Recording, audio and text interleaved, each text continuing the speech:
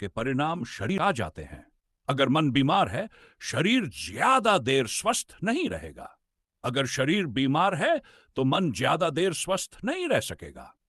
ये खबरें एक दूसरे में सुनी और समझी जाती है। इसलिए जो लोग मन को स्वस्थ रखने का उपाय समझ लेते हैं, वे शरीर के बाबत मुफ्त में बहुत सा स्वास्थ्य उपलब्ध कर लेते हैं, जिसके लिए वे कोई कामना नहीं करते हैं, जिसके लिए वे कोई प्रयास नहीं करते हैं। शरीर और मन संयुक्त घटना है। शरीर पर जो होगा मन पर होगा। इसलिए आपके अपने आहार में, आपके भोजन में आपको थोड़ा विवेकपूर्ण होना जरूरी है। पहली बात, वह इतना ज्यादा ना हो कि शरीर उसके कारण आलस्य से भरता हो। आलस्य अशुद्धि है। ऐसा ना हो कि शरीर उत्तेजना से भरता हो। उत्तेजना अशुद्धि है, क्योंकि उत्तेजना ग्रंथियां पैदा करेगी। वह ऐसा ना हो कि शरीर क्षीण होता हो, क्योंकि क्षीणता कमजोरी है। और शक्ति अगर उत्पन्न न होगी तो परमात्मा की तरफ विकास भी नहीं हो सकता। शक्ति पैदा हो लेकिन शक्ति उत्तेजक न हो, ऐसा आहार होना चाहिए। शक्ति पैदा हो लेकिन वह इतनी न हो कि शरीर उसके कारण आलस्य से भर जाए। अगर आपने जरूरत से ज्यादा भोजन किया है तो सारे शरीर की शक्ति उसको पचाने में लग जाती है। शरीर में आलस्य छा जाता है। शरीर में आलस्य छाने का और कोई मतलब नहीं है। सारी शक्ति पचाने में लगती है तो शरीर आलस्य से भर जाता है। आलस्य इस बात की सूचना है कि भोजन जरूरत से ज्यादा हो गया। भोजन के बाद आलस्य नहीं, स्फूर्ति आनी चाहिए। यानी स्वाभाविक है, भूख लगी थी, फिर भोजन किया तो स्फूर्ति आनी चाहिए, क्योंकि शक्ति उत्पन्न होने का स्रोत भीतर गया। लेकिन आपको तो आलस्य आता है। आलस्य इस बात का मतलब है कि आपने इतना भोजन कर लिया कि अब शरीर की सारी शक्ति उसको पचाएगी, तो घटित होता है। उसके परिणाम शरीर तक आ जाते हैं। अगर मन बीमार है, शरीर ज्यादा देर स्वस्थ नहीं रहेगा। अगर शरीर बीमार है तो मन ज्यादा देर स्वस्थ नहीं रह सकेगा। ये खबरें एक दूसरे में सुनी और स्मरण रखें। भोजन सुस्ती न दे तो वह शुद्ध है। भोजन उत्तेजना न दे तो वह शुद्ध है। और भोजन मादकता न दे तो वह शुद्ध है। ये मोटी बातें हैं और आपको इतना नासमझ मैं नहीं मानता कि इनके विस्तार में चर्चा करने की जरूरत है। इनको आप समझेंगे और अपने ढंग से इनको व्यवस्थित करेंगे। दूसरी बात, गौण बातों में शरीर के लिए थोड़ा सा व्यायाम अत्यंत आवश्यक है, क्योंकि शरीर जिन तत्वों से मिलकर बना है वे तत्व व्यायाम के समय में विस्तार पाते हैं। व्यायाम का मतलब विस्तार। संकोच के विपरीत है व्यायाम शब्द। व्यायाम का अर्थ है विस्तार। जब आप दौड़ते हैं तो आपके सारे कण और सारे लिविंग सेल्स, पूरे जीवित कोश विस्तृत होते हैं, फैलते हैं। और जब वे फैलते हैं तो आपको स्वास्थ्य का अनुभव होता है। जब वे सिकुड़ते हैं तो बीमारी का अनुभव होता है। जब आपकी श्वास पूरे के पूरे प्राण के फेफड़े को खोलती है और सारे कार्बन डाइऑक्साइड को उगती है, तो आपकी खून की गति बढ़ती है और खून की पृष्ठिटी,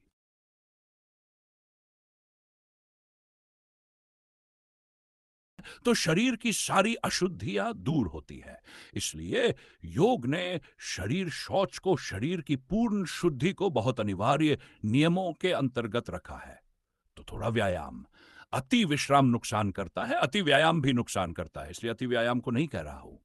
अति व्यायाम नहीं, थोड़ा सम्यक व्यायाम कि जिससे आपका स्वास्थ्य का बोध हो। और अति विश्राम नहीं, थोड़ा विश्राम भी। जितना व्यायाम उतना विश्राम। इस सदी में व्यायाम भी नहीं है और विश्राम भी नहीं है। हम बहुत अजीब हालत में हैं। आप व्यायाम तो करते नहीं, आप विश्राम भी नहीं करते। जिसको आप विश्राम कहते हैं वह विश्राम नहीं है। आप पड़े हैं, करवटें बदल रहे हैं, वह विश्राम नहीं है। एक गहरी प्रगाढ़ निद्रा, जिसमें कि सारा शरीर सो जाए और उसके सारे काम का जो भी बोझ और भार उस पर पड़ा है वह सब विलीन हो जाए। क्या आपने कभी ख्याल किया, अगर आप सुबह बहुत अस्वस्थ उठे हैं और तबीयत ताजी नहीं है तो आपका व्यवहार स्वस्थ नहीं होता। अगर आपको नींद अच्छी नहीं हुई और सुबह एक भिखारी आपसे भीख मांगने आया है, बहुत असंभव है कि आप उसे भीख दे सके। और अगर आप रात बहुत गहरी नींद सोए हैं और किसी ने हाथ बढ़ाए हैं, तो बहुत असंभव है कि आप अपने हाथ को देने से रोक सकें। इसलिए भिखारी सुबह आपके घर मांगने आते हैं, शाम को नहीं आते हैं, क्योंकि सुबह संभावना मिलने की है, शाम को कोई संभावना नहीं है। यह बहुत मनोवैज्ञानिक है। भिखारी यूं ही नहीं सुबह आपके घर आ रहा है, शाम को नहीं आता है। शाम को कोई मतलब नहीं है। शाम को आप इतने थके और शरीर इतना गलत हालत में होगा कि आप शायद ही किसी को कुछ दे सके। इसलिए वह सुबह आता है। अभी सूरज उग रहा है, आप नहाए होंगे। किसी ने घर में प्रार्थना की होगी और वह बाहर आकर बैठा है। अभी इंकार करना बहुत मुश्किल होगा। शरीर को ठीक विश्राम मिले तो आपका व्यवहार बदलता है। इसलिए हमने आहार और विहार को संयुक्त माना है हमेशा से। जैसा आहार होगा, जैसा विहार होगा, अगर उन दोनों में सात्विकता होगी तो जीवन में बड़ी गति और बड़ा आंतरिक प्रवेश होना शुरू होता है। स्वास्थ्य की एक भूमिका बहुत जरूरी है और उसके लिए सम्यक आहार, सम्यक व्यायाम और सम्यक विश्राम, इनको आप बुनियादी हिस्से माने। विश्राम भी करने के लिए कुछ समझ चाहिए, जैसा व्यायाम करने के लिए कुछ समझ चाहिए।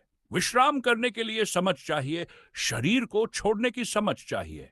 वह हम रात्रि को जब ध्यान करेंगे तो उससे आपको समझ में आएगा कि उस ध्यान के बाद अगर आप विश्राम करते हैं तो विश्राम वास्तविक होगा। हो सकता है यहां कुछ मित्र हो जो शारीरिक रूप से बहुत व्यायाम न कर सकते हो, न जा सकते हो जंगल और पहाड़, न चढ़ सकते हो। उनके लिए मैं एक दूसरा प्रयोग कहता हूं। वे केवल 15 मिनट को सुबह उठकर स्नान करने के बाद एकांत कमरे में लेट जाए, आंख बंद कर ले और कल्पना करे कि मैं पहाड़ियां चढ़ रहा हूं और दौड़ रहा हूं। सिर्फ कल्पना करे, कुछ न करे। वृद्ध है, वे नहीं जा सकते हैं, या ऐसी जगह है कि वहां घूमने नहीं जा सकते। आंख बंद कल्पना करे कि मैं जा रहा हूं, एक पहाड़ चढ़ रहा हूं और दौड़ रहा हूं।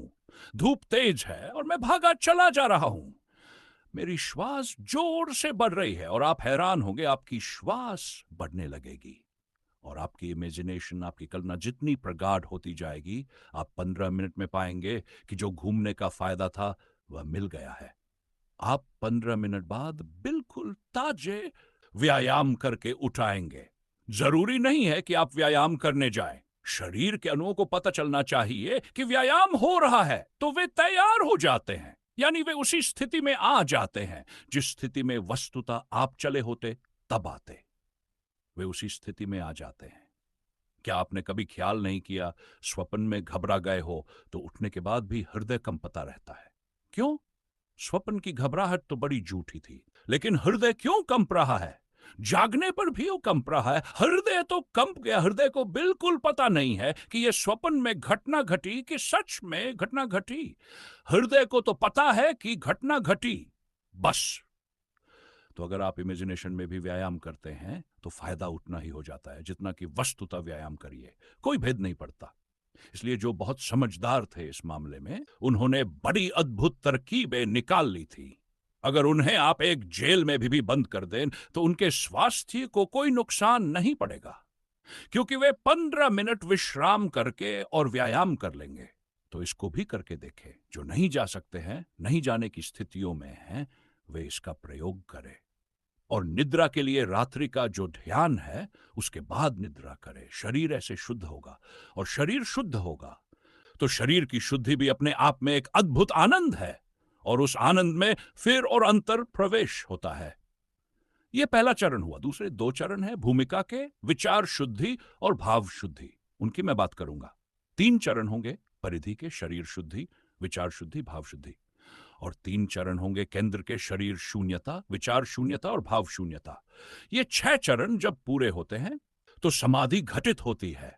तो उनकी हम क्रमशः इन 3 दिनों में बात करेंगे। यह बात काफी होगी। इस पर आप विचार करेंगे, समझेंगे और इसका प्रयोग करेंगे, क्योंकि मैं जो कुछ कह रहा हूं वह सब प्रयोग करने की बात है। प्रयोग करेंगे तो ही उसका अर्थ खुलेगा, अन्यथा मेरी बातचीत से उसका कोई अर्थ नहीं खुलता। अब हम सुबह का ध्यान करेंगे और फिर विदा होंगे। सुबह के ध्यान के लिए थोड़ी सी बात आपको कह दूं। सुबह के ध्यान का पहला चरण तो वही होगा जिसको हमने रात्रि में संकल्प कहा। 5 बार हम संकल्प की स्थिति करेंगे। उसके बाद जब संकल्प हम कर चुके होंगे, 2 मिनट तक धीमी श्वास लेकर बैठे रहेंगे। उसके बाद हम भावना करेंगे। पहले संकल्प, फिर भावना और फिर ध्यान। ऐसे 3 चरण होंगे सुबह के लिए। संकल्प रात्रि को जैसा मैंने कहा वैसा श्वास को पूरा गहरा अंदर ले जाएंगे। जब श्वास अंदर जाने लगेगी तब मन में यह भाव करेंगे कि मैं संकल्प करता हूं कि मेरा ध्यान में प्रविष्ट होऊंगा। इस भाव को करते रहेंगे। जब श्वास अंदर आएगी और पूरे फेफड़ों में भरेगी, पूरी भर लेनी है जितनी आपसे बन सके। फिर उसे 1 सेकेंड, 2 सेकेंड, जितनी देर आप रोक सके रोके रखना है। जब श्वास को आप ले लेंगे, पूरा ले जाएं, फिर उसे थोड़ी योग में पूरक, कुंभक और रेचक कहा है। वही प्रक्रिया है। श्वास को पूरे अंदर ले जाएं, फिर उसे रोकें और पूरे वक्त संकल्प करते रहे। मन में वही संकल्प गूंजता रहे। फिर पूरी श्वास को बाहर फेंकें, मन में वही संकल्प गूंजता रहे। फिर थोड़ी देर रुके और मन में वही संकल्प गूंजता रहे। इस भांति आपके पूरे अंतश्चेतन मन तक, अंतःकरण तक यह संकल्प प्रविष्ट हो जाएगा। आपके पूरे व्यक्तित्व को पता चल जाएगा कि निर्णय हुआ है कि ध्यान में प्रवेश करना है, तो आपको पूरे व्यक्तित्व का सहयोग मिलेगा। अन्यथा आप ऊपर ही घूमते रहेंगे, उससे कोई अंतर नहीं पड़ेगा बहुत। तो पहले तो संकल्प, फिर भावना, संकल्प के बाद भावना, जो मैंने कल आपको कही, आशा, आनंद, विश्वास, वह 2 मिनट तक करेंगे। 2 मिनट तक अपने सारे शरीर को अनुभव करेंगे कि आप बहुत स्वास्थ्य से भरे हुए, बहुत आनंद का अनुभव कर रहे हैं। सारे शरीर के कण कण प्रफुल्ल हो गए हैं और बड़ी आशा की स्थिति है। कुछ होगा।